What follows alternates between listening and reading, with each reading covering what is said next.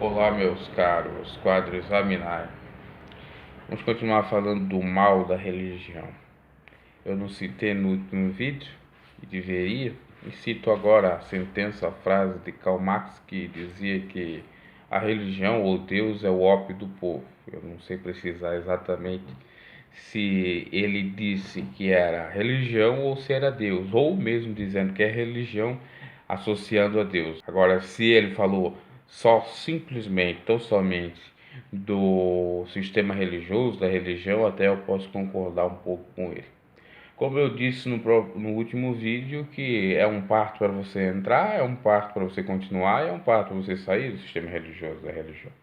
Porque para você entrar, você fica assim, indeciso, você fica confuso, você não entende muitas coisas, você não tem a instrução da Bíblia, você acha que por meio daquele sistema e naquele local, naquela congregação, é que ali você vai ter Deus, que ali você vai aprender de Deus, enfim. Então você crê por conta da sua ignorância piamente que ali será o local, que ali é o caminho certo e não Jesus. Às vezes, as pessoas, principalmente aqueles que têm mais conhecimento, que são pessoas que fazem autorreflexão, que são, entre aspas, mesmo não tendo curso de faculdade em filosofia, mas filosofam constantemente, meditam, ficam confusos. Será? É mesmo? Tem que ser? Aí quando tem aqueles irmãos que são bem alienados, são bem fanáticos e querem empurrar o sujeito de qualquer forma, quer pegar ele, amarrar ele e colocar dentro da religião. E isso não tem nada de Deus, porque a Bíblia diz, sempre força, sempre violência. Então é um parto para você entrar, porque tanto você mesmo tem um pé atrás, não pela crença que ali não seja o local, mas sim que ali seja, e que você não está tão preparado para pertencer àquele grupo. E é o que eu pensava outrora, antes mesmo de ter esse encontro com Deus fora do sistema religioso. E muitos pensam, não, agora não é minha hora, vou esperar um pouco, vou casar, vou ter uma estrutura de profissional, vou arranjar um emprego, ou vou estar bem no mercado de trabalho, então depois eu penso em igreja, em viver uma vida mais casta, mais santa e tal. Tem isso, a grande maioria pensa dessa forma. Então é um parto, e também é um parto pelo fato de você não querer, ainda por conta de você achar que não está preparado e as pessoas te forçarem. E aí você entra no sistema, você se convence, não, agora dá, eu vou. Quando você vai, até de livre e espontânea vontade, com boa fé, piamente, sinceramente e tal, lá você sofre mais ainda. Justamente por ser isso que eu falei anteriormente. Uma pessoa pia, uma pessoa que está com sinceridade, uma pessoa que quer as coisas de acordo com a Bíblia Sagrada. E aí você sofre. Como eu trouxe o exemplo de eu ter que ir lá me apresentar para o sujeito confirmar que eu tinha recebido um dom esse que bastava, porque foi confirmado para mim. De modo algum eu estava sendo mentiroso ou hipócrita, e tendo aquele que era hipócrita. Inclusive, mais tarde eu percebi que tinha gente que estava copiando língua estranha desses DVDs aí do Gideão, que está aí numa lástima, né? Que aquilo dali pode ter sido no início uma coisa de Deus, mas nos tempos mais atuais não tinha nada de Deus ali. Era só uma empresa, uma máquina de fazer dinheiro, entre aspas. São verdadeiros cantos. Eu nunca coloquei o pé ali em Camboriú. E nem pretendo. Aí o sujeito, estava escutando o sujeito dizendo, a igreja na época era abençoada, na década de 80, de 90, porque tinha pessoas que tinham a fé de dar tudo que eles tinham, de dar sua casa para a obra evangelística, missionária, fazendo que nem a Universal, neopentecostais. Isso não tem respaldo bíblico. Onde que Jesus, onde que Paulo, onde que Pedro pede a sua casa? Aí eles usam aquele versículo clássico de Malaquias, não, Malaquias também é pro dízimo, né?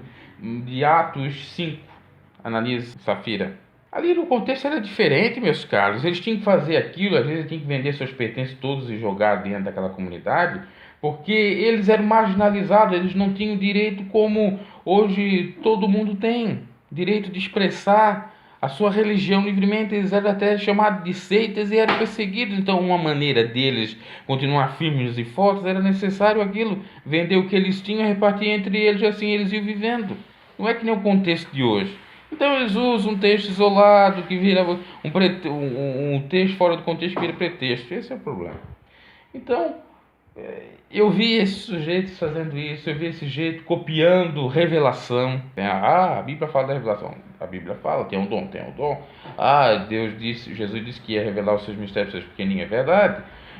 Mas eles não têm o dom de fato. Porque para eles terem o dom de fato tem que ter uma revelação do tipo Daniel. Ele não sabia o sonho do rei, e o rei estava perturbado, porque não sabia o que ele tinha sonhado, e muito menos o significado. E Deus revelou tanto o sonho, tanto o enigma do sonho. Isso é revelação, isso é Deus, isso é dom de Deus. Então você via aquilo tudo. Inclusive essas pessoas iam até para frente. Vou ser sincero, não ia. Seja para ser um membro obediente fazendo a obra, ou sendo, como eu fui, um pouquinho mais adiante, um cooperador, um obreiro, pregando o Evangelho. Até as minhas pregações simplórias, porque também não tinha tanto dom assim da palavra, eram um pouco criticadas pelo fato de eu não ir pelo viés da teoria da prosperidade, eu não ir pelo viés dos revelamentos, das profetadas, e também da encenação do teatro do demônio. Encenação do teatro do demônio era dos demoniados falsos, que o sujeito já falava antes, o sujeito já antecipava, dizendo, você trabalha, você faz dessa forma assim, que daí o pessoal vai crer de fato. Aí o sujeito tirava o demônio. Eu vi na igreja pentecostal com água. Tirava o demônio com água, idolatria da água. Não é a água do Espírito Santo, é a água e nem da palavra, é a água mesmo, a água poderosa. Ela tira a capeta, é a água benta. Brincadeira com essas heresias, não está na Bíblia isso, meus caros. Então é um parto para você entrar e é um parto para você continuar, porque você vai vendo aquelas coisas todas erradas e você querendo a sinceridade fazer as coisas certas, você não consegue. Aí é perseguido, é chamado de herege, chamado de endemoniado, como eu fui, encapetado, inclusive até falar da masculinidade, querendo dizer que talvez eu seria homossexual, por não querer fazer o que a maioria dos adolescentes faziam, ou jovens da época faziam. Ora, eu tinha 16 para 17 anos, eu estava com o propósito de fazer a obra de Deus, possivelmente casar mais tarde, sim. O que estava ocorrendo?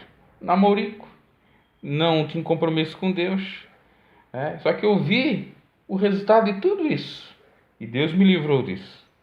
Ele estava ali, nem aí, um pé na igreja, outro no mundo, um Raimundo, servindo a dois senhores.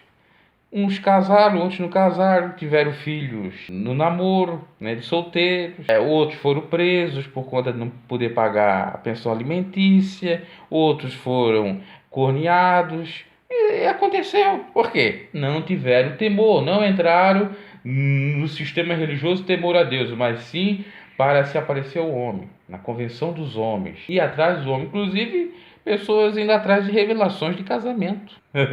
Os Santo Antônios ali, foi toda a tradição do Antônio. Então você vê isso tudo, e Deus te mostra como, para minha exaltação, a gente estava certo, nem deveria estar naquele sistema religioso, porque trouxe muito mais apoquentação, aflição à minha alma, à minha vida, pelo fato de eu entender o Evangelho de uma forma à luz do Espírito Santo e não fazer de acordo com os homens, e tu vê aqui dali e dizer que tu estás errado. Tive um conflito também, um pastor, um presbitão, que hoje em dia também já está aí no mundo do adultério, separou da mulher, fez o diabo. Eu não quero expor o pecado, não quero nem me exaltar, porque a gente não deve se exaltar, porque o irmão caiu, estou aqui, não é isso. Mas é tu ver o erro, tudo que você semear, você vai colher. Num toque nos meus ungidos. Eu mostrei isso. Eu vou contar no próximo vídeo, porque não tem muito tempo aqui não. Até a próxima. Próximo eu falo da saída, então. 3 vídeos aí.